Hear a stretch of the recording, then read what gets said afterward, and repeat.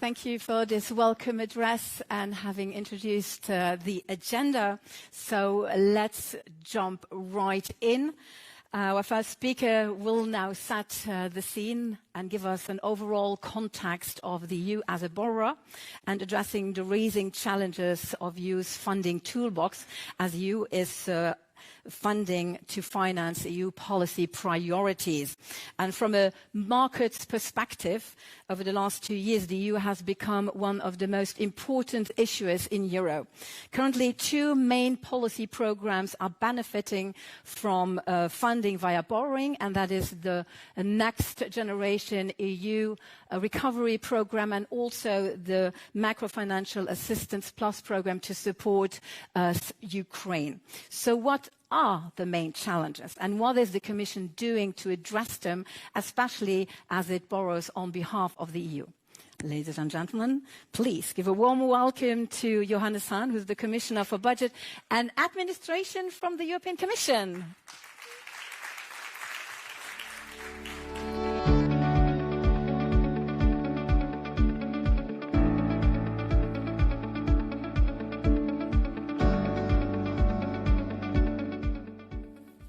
Sure. Thank you for this very kind and well-sounding introduction. It's indeed an honor to welcome you to the Capital Market Seminar, which I understand takes place for the 5th time in a row. Not always in person, but this time, yes. And I think we all are happy that we have the opportunity to see each other and to engage with each other, and because it was necessary for a couple of years to have this opportunity to stay in contact via video. But at the end of the day, I think we all appreciate if we have the opportunity to see each other and to mingle around and to have really the opportunity to exchange. And I think at the end of the day, the personal relationship cannot be replaced by let's say, artificial intelligence or other means. It's good to be together. And I would like to thank also our hosts of today and in this beautiful headquarters. I have already appreciate when I came into it from the inner courtyard. And again, thank you to the Luxembourgish Spurkeys case, which is hosting us again, and thank you so very much for this opportunity. Okay, it was already introduced that I should provide the scene of what we are doing and why we are doing this and what we intend to do in the future. Of course, we cannot lose sight of the message that this seminar embodies. The fact that the Union's 3 biggest institutional issuers continue to organize this event together is a clear sign of our unity and our commitment to provide a common front to the challenges of today and tomorrow. Our world today is characterized by inflationary pressure, economic uncertainty and the war in Europe's immediate neighborhood. In this context, global power dynamics are changing and Europe is fighting for a greater role for these values, and you will certainly hear tonight Alex Stubb on this matter. We should be aware that out of almost 200 countries, and only around 25% are really committed to Western values, to democracy, freedom, freedom of expression, market economy, all this. So this is something where we are clearly in a minority position, but we have to defend these values, and we have to take care that these values are also there in the future. That's why, against such a backdrop, it's more than ever important that Europe remains united. History has shown us time and again that unity must be at the heart of Europe's response to crisis. The sovereign debt crisis some 15 years ago led to more robust financial surveillance and fiscal integration, while the coronavirus crisis led to joint debt issuance. Allow me to elaborate a little bit on this one. Europe's united answer to the pandemic. A stimulus package of more than 2 trillion euro, consisting of the 1.2 trillion EU budget, what we call the core MFF budget, and the 800 billion euro Next Generation EU recovery instrument, helped ensure a swift economic recovery and helped make Europe greener, more digital, and finally, more resilient. Economic data shows that thanks to joint action, the EU economy got back to pre-pandemic levels much more quickly than originally foreseen. At least this was the picture till the beginning of next year. But then, of course, we were impacted by the war. Because in 2020, following Putin's brutal invasion of Ukraine, the EU once again acted with unity.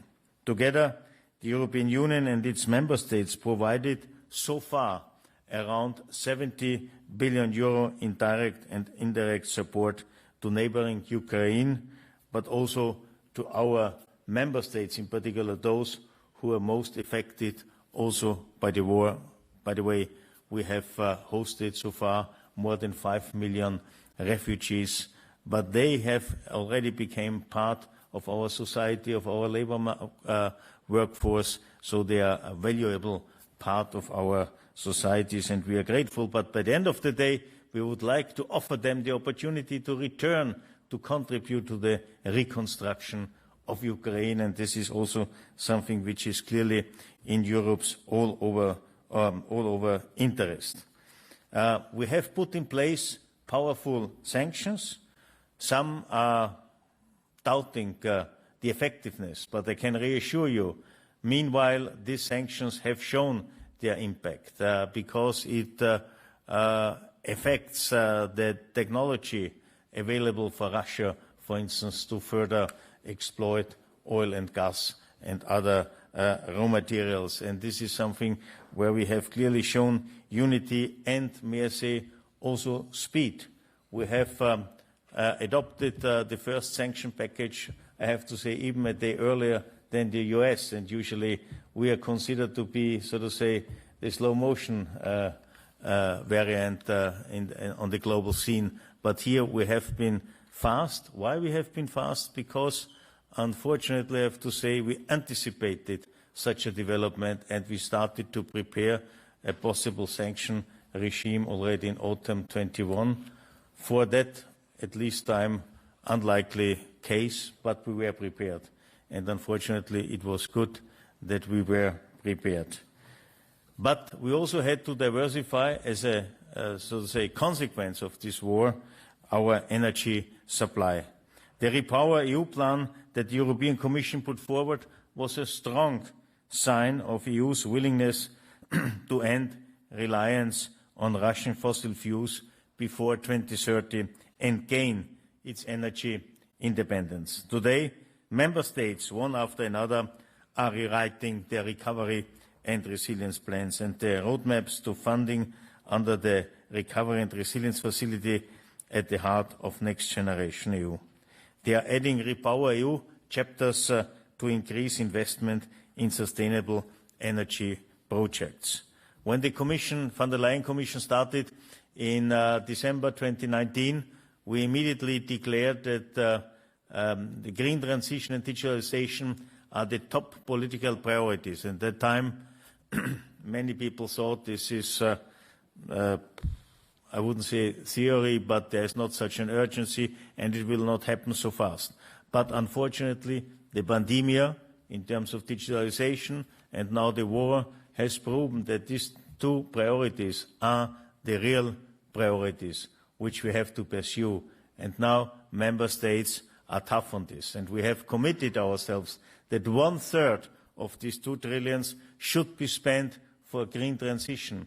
And if I'm looking into the recovery and resilience plans of our member states, the average of money being spent for the green transition is around 40% of the overall budget. Some member states are even rewriting partially their programs, and there, meanwhile, up to 60% of the overall allocation is dedicated to the green transition. So in that respect, Unfortunately, like often in history, a war is an innovation driver, if one like it or not. And in that case, the war is pushing us to become more independent when it comes to energy than it was the case in the past.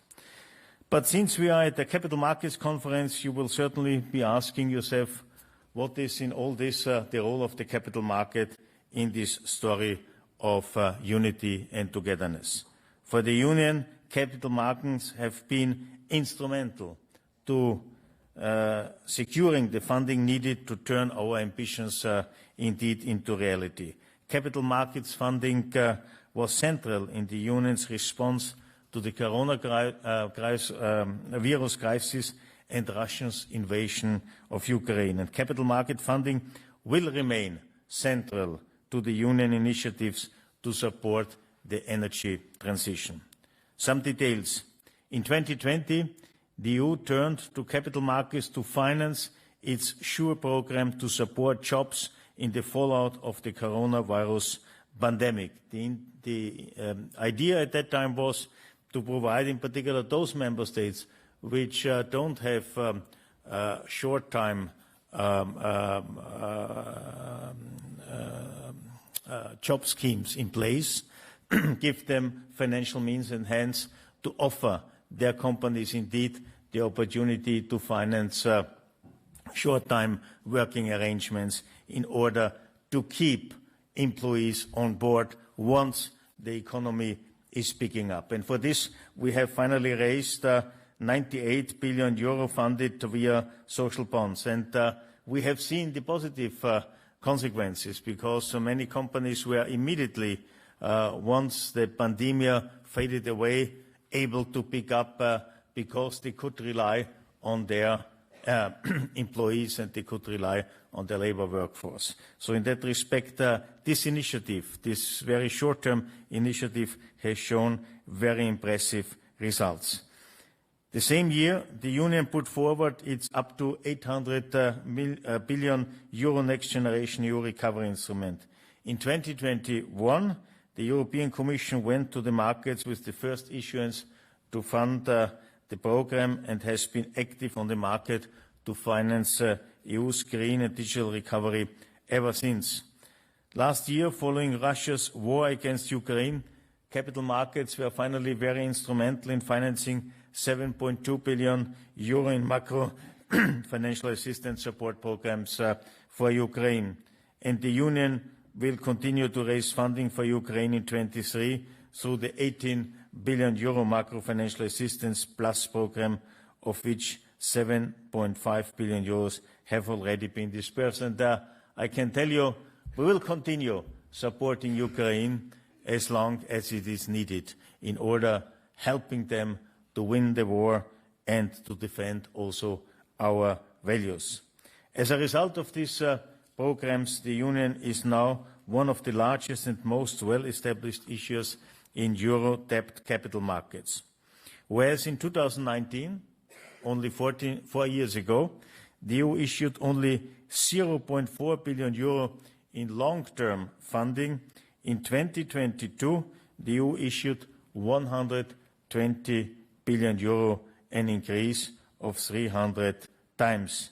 This made us Europe's fifth largest issuer in gross terms, behind only Germany, France, Italy and Spain. And I would like to use the opportunity to thank my team, Neil and his collaborators, but also many national debt management organizations who helped us together with ESM and others to provide us with intelligence, with personal assistance, to set up within, I have to say, a couple of weeks, not to say months, an infrastructure also in-house to enable this. And I know many of you are definitely familiar with such challenges, and I think it was remarkable that indeed we could do it, and therefore I'm really grateful for our team that it was finally so committed, determined to achieve these goals. And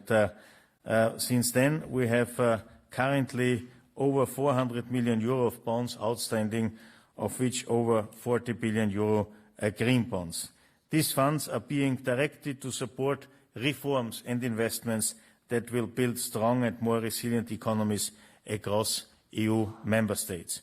None of this would have been possible without the support of all of you, the capital market participants. So once again, thank you for your strong support. Because these 3 years since the SURE proposal and 24 months after the first issuance under our sovereign-style funding approach, we enjoyed the support of almost 1,600 investors from over 70 different countries. And the interest in our issuances continues to be impressively strong. So again, a big thank to all of you. Of course, trust is underpinned by solid guarantees, another expression of EU unity. All EU issuances are firmly backed by the EU budget, to which all EU member states contribute under all circumstances, even in times of crisis. Contributions to the EU budget are enshrined in legislation which is approved by unanimity and ratified by all member states. Moreover, member states have also undertaken to provide the resources to guarantee that the Union will cover all of its financial obligations up to predetermined amounts which are ample to deal with the Union's financial commitments. This commitment is an essential part of the contract between the EU member states and the Union. And on this basis, investors and rating agencies have repeatedly affirmed the strong creditworthiness of the EU as an issuer.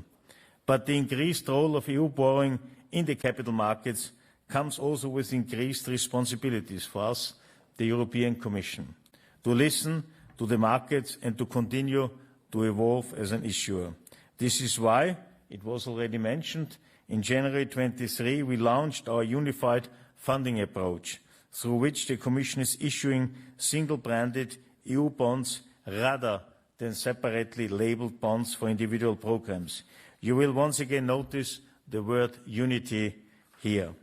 This means that proceeds from a single EU bond are being used to support EU's various policy programmes, similar to the approach used by large sovereigns. In parallel, we continue to develop the EU bond ecosystem by putting in place mechanisms to facilitate further trading of EU bonds in the secondary market and price discovery through appropriate platforms.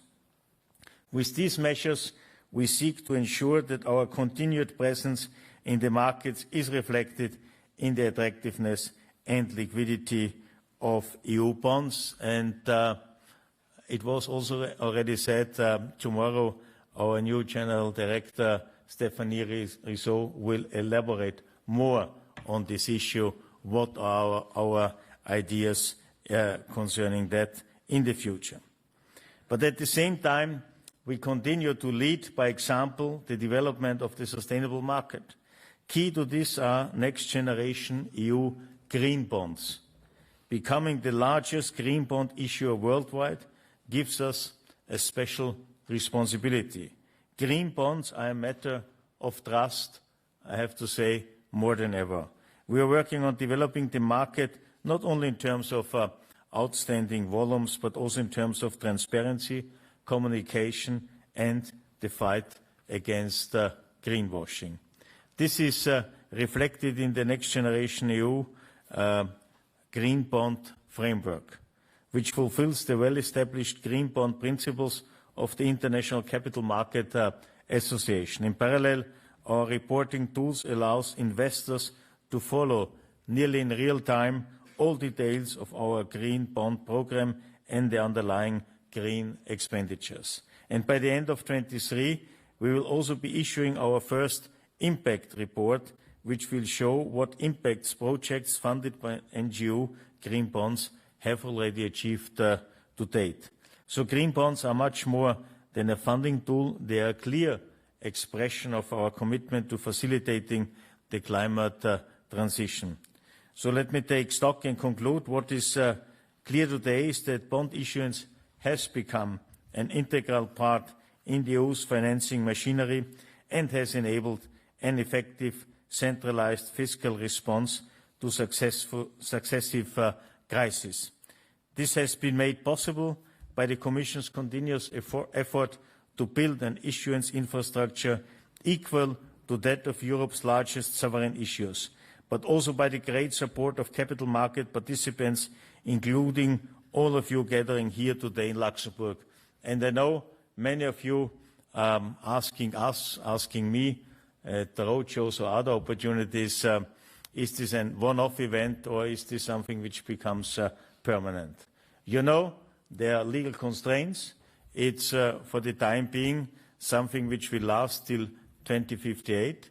Now, the concentration on our side is on implementation, is on showing the European added value of this initiative, showing that this initiative, this action, Next Generation EU, with this clear prioritization on green transition and digitalization, is showing an effect, a lasting effect. And if this is the case, one has to see what is the assessment by the political leaders at that time.